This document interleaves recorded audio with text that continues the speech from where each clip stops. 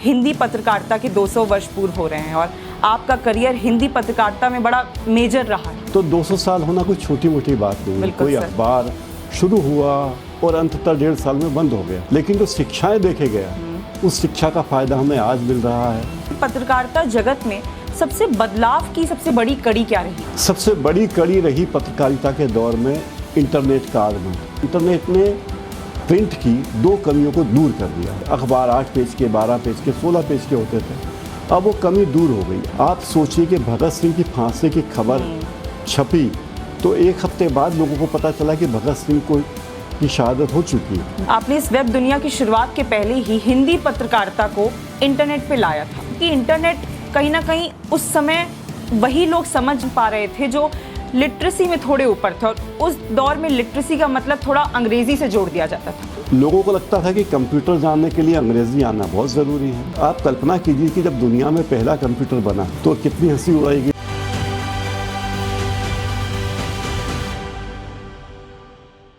नमस्कार, मैं शिवी सिंह स्वागत करती हूँ आपका वीर भारत न्यास और माखनलाल चतुर्वेदी राष्ट्रीय पत्रकारिता एवं संचार विश्वविद्यालय द्वारा आयोजित उत्तंड मार्तंड पहला हिंदी पत्र के 200 वर्ष पूर्व होने के इस महाउत्सव में।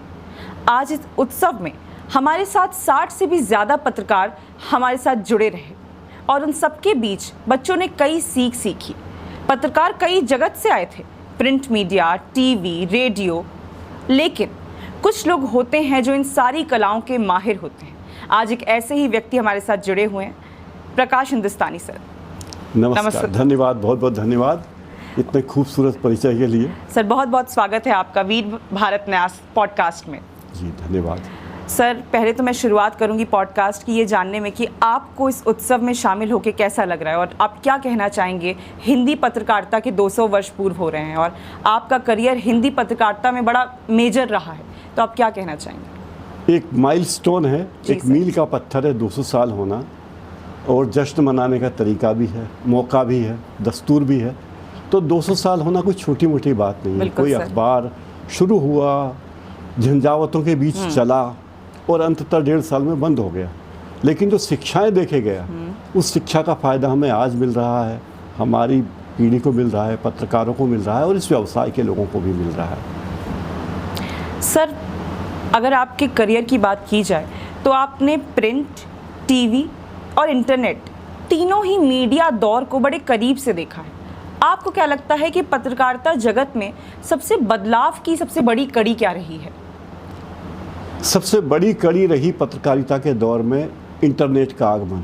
जी सर। क्योंकि जब इंटरनेट नहीं था तो हमारी दुनिया अलग थी, और इंटरनेट के आने के बाद और जैसे जैसे इंटरनेट हमारे जीवन में आया और हम पर हावी होता गया तो हम देखते हैं हमारी दुनिया एकदम बदल गई। और किस कदर बदली कि हम कहाँ प्रिंट अखबार पे, प्रिंटेड अखबार पे निर्भर थे। आप सोचिए कि भगत सिंह की फांसी की खबर छपी तो 1 हफ्ते बाद लोगों को पता चला कि भगत सिंह की शहादत हो चुकी है। बिल्कुल। और आज की तारीख में अगर कोई घटना होती है और अगले ही पल पूरी दुनिया को पता चलता है कि अभी क्या होने वाला है, तमिलनाडु में किस मुख्यमंत्री ने शपथ ली या नहीं ली, उन्हें कितनी बार रोका गया या उनका बहुमत कैसे हुआ, तो तेज़ी बहुत आ गई। दूसरी बात ये हुई कि इंटरनेट ने प्रिंट की 2 कमियों को दूर कर दिया। एक तो प्रिंट में सीमित जगह होती थी, अखबार 8 पेज के, 12 पेज के, 16 पेज के होते थे, अब वो कमी दूर हो गई। आप कितना भी कंटेंट दे सकते हैं और उस कंटेंट के साथ आप रेफरेंस भी दे सकते हैं। जैसे आप लिंक दे देंगे कि ये खबर है, ये खबर भी पढ़ लीजिए रेफरेंस में नीचे। जी सर। अखबार में ये नहीं होता कि आपने 20 तारीख का अखबार लिया तो उसके साथ 15 तारीख का अखबार भी साथ में आ जाएगा या 10 तारीख का अखबार आएगा, तो ये बड़ा भारी परिवर्तन था। मैं बोलचाल की भाषा में बता रहा हूँ आपको। जी सर, आपने अभी इंटरनेट जर्नलिज्म में स्पीड की बात की, तो आज के समय में पत्रकारिता जगत में स्पीड वर्सेस सत्य जो एक वॉर चल रही, कॉन्फ्लिक्ट चल रहा है, उसके बारे में आप क्या कहना चाहेंगे? हर चीज़ अपने साथ कुछ न कुछ ख़राब बातें भी लेके आती है, अच्छी चीज़ें भी लेके आती हैं। जब अच्छी चीज़ें आती तो सब लोग उस पर टूट पड़ते हैं, चाहते हैं कि उसे अपना लें। तो जब इंटरनेट आया तो लोगों ने अपनाया। एक दौर आया जब ब्लॉग लिखे जाने लगे, फिर अब सोशल मीडिया का ज़माना आ गया। वरना मैं कल्पना करता हूँ कि जब टीवी शुरुआत, भारत में टीवी की शुरुआत हुई थी, प्राइवेट टीवी से बात करें, तब गिने चुने ओबी वैन थे, ओवर मतलब ब्रॉडकास्टिंग वैन लिमिटेड थे, और 5 करोड़ रुपए का आता था एक ब्रॉड जी। उस वैन के साथ कम से कम 8 लोग होते थे, ड्राइवर होते थे, इंजीनियर होते थे, लेआउट आर्ट के लिए, बिजली के लिए इलेक्ट्रिशियन होते थे, हर तरह के लोग होते थे, 8 लोग कम से कम होते थे। और एक ओबी वैन की कीमत होती थी 5-6 करोड़ रुपए कम से कम। और काम क्या था, वो लाइव कर सकता था। वो लाइव जो 5 करोड़ का ओबी वैन करता था, आज 5,000 रुपये का मोबाइल कर सकता है। तो ये कितना लोकतंत्रीकरण हो गया, आज हो गया ना लोकतंत्रीकरण। बिल्कुल सर। 5,000 रुपये का मोबाइल कोई भी अफोर्ड कर सकता है। देश में 80 करोड़ लोगों के पास स्मार्टफोन है, तो वो अपनी बात को कहीं भी पहुंचा सकते हैं। ये बड़ी क्रांतिकारी बात है। सर, इस वेब दुनिया में आपने इस वेब दुनिया की शुरुआत के पहले ही हिंदी पत्रकारिता को इंटरनेट पे लाया था। तो उस दौर हिंदी पत्रकारिता को इंटरनेट, क्योंकि इंटरनेट कहीं ना कहीं उस समय वही लोग जान पा रहे थे जो लिटरेसी में थोड़े ऊपर थे, और उस दौर में लिटरेसी का मतलब थोड़ा अंग्रेजी से जोड़ दिया जाता था। तो क्या चैलेंजेस रहे उस दौर? बहुत बढ़िया सवाल आपने किया। हुआ ये था कि जब इंटरनेट आया, भारत में आया, तो स्पीड बहुत कम थी जी, और लोगों को लगता था कि कंप्यूटर जानने के लिए अंग्रेजी आना बहुत ज़रूरी है। जी सर। फिर ये भी लगता था कि इंटरनेट तक पहुंचने के लिए आपको टेक्नोलॉजी का ज्ञान होना चाहिए। बिल्कुल। और जब आप कल्पना कीजिए कि जब दुनिया में पहला कंप्यूटर बना, तो कितनी हंसी उड़ाई गई। लोगों ने कहा कि ये कंप्यूटर सुपर कंप्यूटर है, इतने गीगाबाइट का है, इतना हाथी से बड़ा है। लेकिन अब धीरे धीरे जब टेक्नोलॉजी में नए परिवर्तन आए तो सुधार होता गया। जब इंटरनेट का आगमन हुआ, तब भारत में उसका बहुत धीमी गति से आगमन हुआ, क्योंकि बिजली की कमी थी देश में, जगह जगह बिजली संकट थे। मध्य प्रदेश में हम थे तो यहाँ दिन में 8 से 10 घंटे बिजली गायब रहती थी। गर्मी के दिनों में लोड शेडिंग बहुत ज़्यादा होता था। वाईफाई की स्पीड बहुत कम थी, वाईफाई था ही नहीं बल्कि केवल, और एक पेज, मतलब 2G के फ़ोन की दुनिया में थे, एक पेज अपलोड करना होता वेबसाइट पे। और सबसे बड़ी समस्या आई, यूनिकोड नहीं था। हर अखबार का जो भी वेबसाइट थी वो पहले एक अपना फ़ॉन्ट बनाती थी, वेब दुनिया ने अपना फ़ॉन्ट बनाया। अब हमारा फ़ॉन्ट डाउनलोड करिए, पहले फ़ॉन्ट डाउनलोड करिए, फिर अगर आपका फ़ॉन्ट डाउनलोड होगा तो आप उसको पढ़ पाएंगे। फिर अगर आपका फ़ॉन्ट मोबाइल में नहीं है, मोबाइल तो थे ही नहीं, मतलब जिस कंप्यूटर में उसी कंप्यूटर में पढ़ पाते थे। तो इतनी दिक्कतें थी कि हमें लगता था कि अब क्या होगा। एक तो आपके पास, अच्छा, जब बहुत सारे व्यूअर्स नहीं हैं, बहुत सारे आईबॉल्स नहीं हैं, तो कोई आय के स्रोत नहीं थे, कोई स्पॉन्सरशिप नहीं थी, कोई विज्ञापन नहीं था। तो जो इन्वेस्टर थे, एंजल इन्वेस्टर्स, उन्होंने पैसे लगाए। और जिन लोगों में विज़न था कि भाई ये चीज़ बढ़ेगी, तब लगा कि हाँ ये चीज़ आई। और जब मोबाइल बहुत कॉमन हुआ और इंटरनेट कॉमन हुआ, लोगों के हाथों में स्मार्टफोन आए, तो अब इसने तो पूरी दुनिया का अंतर ख़त्म कर दिया। आप बॉम्बे में हो या खेड़ा खजूरिया में हो, कोई अंतर ही नहीं है। आपकी ज़िंदगी वही है जो वहाँ के व्यक्ति की है। सर, आपने अभी सुपर कंप्यूटर के बारे में बात की, तो हमने जनरेशन ऑफ कंप्यूटर पढ़ा है, कैसे टेक्नोलॉजियाँ बढ़ी हैं। तो सुपर कंप्यूटर से लेकर हम इंटरनेट तक आए, पर अब दौर एक कदम और आगे बढ़ चुका है, एआई आ चुका है। हाँ। तो इंटरनेट जर्नलिज्म में एआई का क्या रोल रहता है? एआई की बहुत सारी मल्टीपल भूमिकाएं हैं। एक भूमिका उसमें यह है कि आप उसमें फैक्ट चेक कर सकते हो, ये भी एक एआई की सुविधा है। आप फैक्ट चेक कर सकते हो एआई की मार्फत से। दूसरी बात है कि आप स्पीड में काम कर सकते हो, रेफरेंस ढूंढ सकते हो, आप इमेज जनरेट कर सकते हैं, आप वीडियो जनरेट कर सकते हैं, आप फिल्म बना सकते हैं। जैसे फिर एक तेलुगु फिल्मकार ने एक फिल्म बनाई, पूरी की पूरी फिल्म कंप्यूटर पर जनरेट की उन्होंने, एआई से जनरेट की, और केवल 10 लाख रुपए में 2.5 घंटे की फिल्म बना के रिलीज़ कर दी। सिनेमा घरों में वो फिल्म आ गई है।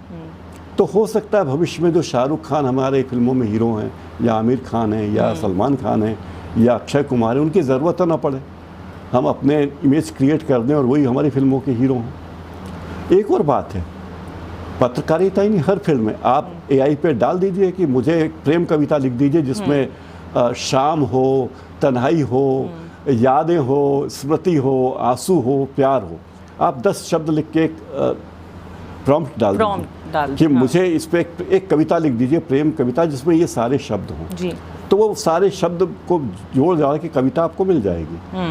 अब उसकी एक बुरी बात ये कि उस कविता में आपको इमोशन नहीं मिलेंगे जी, इमोशन नहीं होंगे, लेकिन वो सारी चीज़ें होंगी जो आप कहना चाहते हैं। आपकी इच्छा तो दिन में 100 कविताएं लिख दीजिए आप बोल दीजिए कि वीर रस की कविता लिख दो जिसमें तलवार होना चाहिए, हुंकार हो, घोड़ा हो, जंजीरें हो, आज़ादी हो, बना दी तो वो कविता बना देगा, लेकिन उसके पाठक कौन होंगे ये अलग बात है। सर आप देश के पहले जर्नलिस्ट रहे हैं जिन्होंने हिंदी इंटरनेट जर्नलिज्म में पीएचडी की है।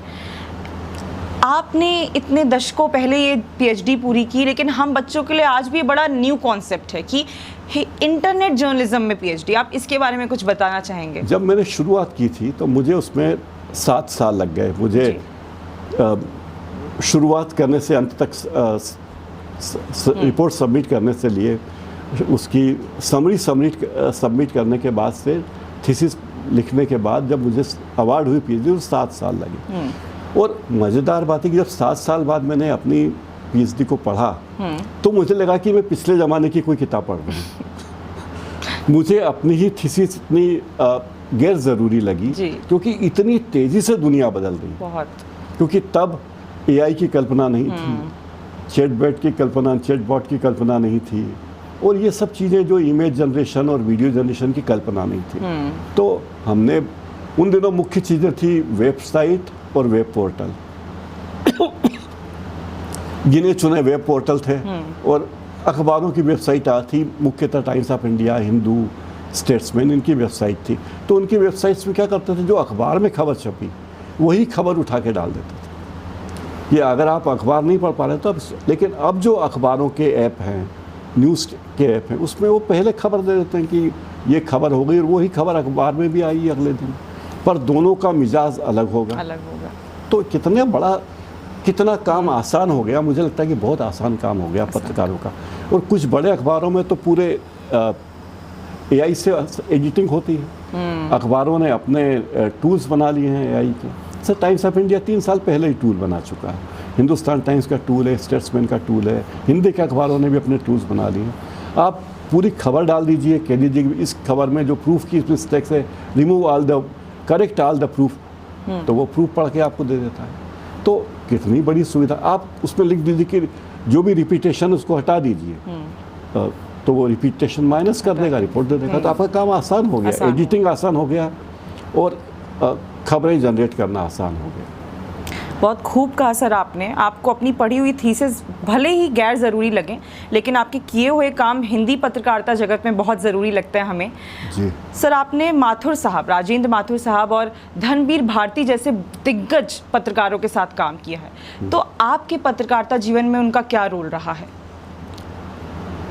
गाइडिंग फोर्स रहे। जब मैं पत्रकारिता में आया तो मुझे पता नहीं था कि पत्रकारिता क्या है। तब माखनलाल चतुर्वेदी विश्वविद्यालय नहीं था, इंदौर विश्वविद्यालय में पत्रकारिता विभाग नहीं था। मैं अखबारों में पत्र संपादक के नाम लिखा करता था। कोई भी खबर हुई तो मुझे लगता था कि बहुत डाक से भेज देते थे, 5 दिन बाद 10 दिन बाद पत्र छप जाता था, तो नाम आ जाता था नीचे प्रकाश हिंदुस्तानी और पता। उससे बड़ी किक मिलती थी कि हमारी लिखी हुई चीज़ छपी, हमारा नाम अखबार में छपा। मुझे फिर बाद में जब कोई बड़ी खबर लगती तो मैं उसका बड़ा पत्र लिख देता था कि 400 शब्दों में, 500 शब्दों में। एक बार राजेंद्र माथुर साहब ने उस पत्र को एडिट करके उसे लेख के रूप में छाप और उसके पैसे भी मिले, पारिश्रमिक भी 25 रुपये मिले उसके। 25 रुपये बड़ी राशि नहीं है, लेकिन उसका महत्व था कि उन्होंने पत्र को लेख बना दिया और कुछ चीज़ें जो मैं नहीं लिख पाया था उन्होंने ऐड कर दी, मेरी भाषा सुधार दी, तो मैं बहुत इम्प्रेस हुआ। तो बहुत दिनों के बाद मैं एक बार इंदौर आया, तो मैं धार ज़िले में रहता था तब। तो इंदौर आया तो मैंने कहा नई दुनिया में मिलूँ, कौन है भाई माथुर साहब। मैं उनसे मिला तो उन्होंने कहा कि तुम बहुत अच्छे पत्र लिखते हो, तुम पत्रकारिता क्यों नहीं ज्वाइन कर लेते? तो मैंने कहा ये क्या होता है, मुझे तो कुछ पता नहीं, मेरे पास तो कोई डिग्री नहीं है और मैं कॉमर्स का विद्यार्थी रहा हूँ, एमकॉम किया है मैंने। तो उन्होंने कहा अखबार में नौकरी करोगे? हमने कहा कर लेंगे, बिल्कुल कर लेंगे। तो उन्होंने कहा कि कल आ जाइए, मैं आपकी मुलाकात करवा दूंगा हमारे एडिटर से, जो मैनेजिंग एडिटर हैं, और फिर बात कर लीजिए। तो उनसे बात हुई, उन्होंने कहा कि लिखते बहुत अच्छा हैं, हिंदी अच्छी लिखते हैं और काफ़ी अच्छी होती है, तो उपयोगी व्यक्ति, हमारे लिए उपयोगी हो सकते हैं जी। उन्होंने कहा मुझे कि हम आपको 6 महीने के लिए स्टाइपेंड देंगे, सैलरी नहीं देंगे, 250 रुपये का स्टाइपेंड देंगे, उस वक्त मैं सरकारी नौकरी करता था जिसकी तनख्वाह मेरी 800 रुपये प्लस थी, 800 प्लस मेरी तनख्वाह थी, और परमानेंट नौकरी थी तो छोड़ के प्राइवेट, और 6 महीने का ट्रेनिंग। जब मैं अखबार में आया तो हमें कहा गया कि आपको 6 महीने तक केवल प्रूफ रीडिंग डेस्क पे करें, आपको प्रूफ पढ़ना है कि मात्राएं ठीक करनी है जो लिखी कंपोजिंग में हो गई। तो बड़ा डिप्रेशन लगा कि ये हम आए हैं पत्रकारिता करने और यहाँ आके हम प्रूफ पढ़ रहे हैं। हमें कहा कि ये बुनियाद है प्रूफ रीडिंग, क्योंकि यहाँ रहते हुए आप संपादकीय पढ़ेंगे, कॉमर्स की खबरें पढ़ेंगे, खेल की खबरें पढ़ेंगे, तो आप अखबार की भाषा से वाकिफ़ होंगे। और वहाँ से हमने शुरू किया प्रूफ रीडिंग के बाद फिर डेस्क पे आए, फिर रिपोर्टिंग भी की, पहले पेज पे आए, पत्रकारिता वहाँ से शुरू की। फिर क्या हुआ कि कुछ दिनों बाद टाइम्स ऑफ इंडिया में एक विज्ञापन निकला कि धर्मयुग में उप संपादक चाहिए। धर्मवीर भारती जी थे, तो मैंने अप्लाई किया, उन्होंने बुलाया। हमारे 3 टेस्ट हुए, पहले एक सामान्य टेस्ट हुआ, फिर दोबारा एक थोड़ा टेस्ट हुआ, फिर अंत में फाइनल टेस्ट हुआ। तो प्रूफ रीडिंग से लेके हेडिंग लिखना, फोटो सिलेक्शन, सारी चीज़ें थी, उसमें हमने पास किया।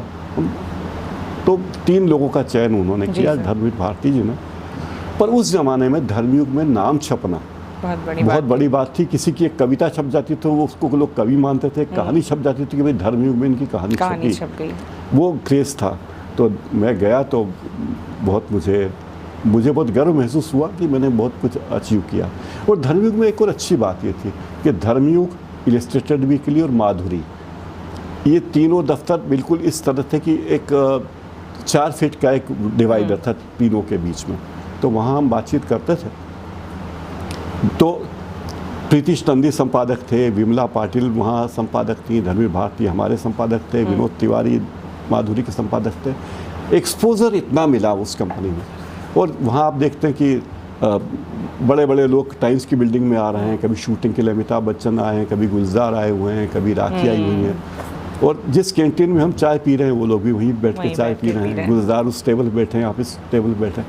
और मज़ेदार बात ये थी टाइम्स ऑफ इंडिया की कि उसमें हमारी कैंटीन सब्सिडाइज थी। अच्छा। और उस सब्सिडी में हमें चाय 10 पैसे में मिलती थी, 10 पैसे में कचौरी, 10 पैसे में पोहे और 50 पैसे में लंच।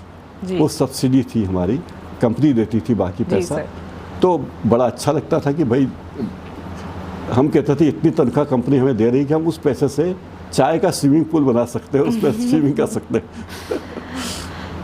सर, जैसे कि आज हम उत्सव मना रहे हैं हिंदी पत्रकारिता की प्रिंट जगत का, तो मुझे लगता है आपने जो माइलस्टोन सेट किया हिंदी पत्रकारिता को इंटरनेट पे लाने का, आने वाले वर्षों में हम उसे भी ऐसे ही उत्सव की तरह मनाएंगे।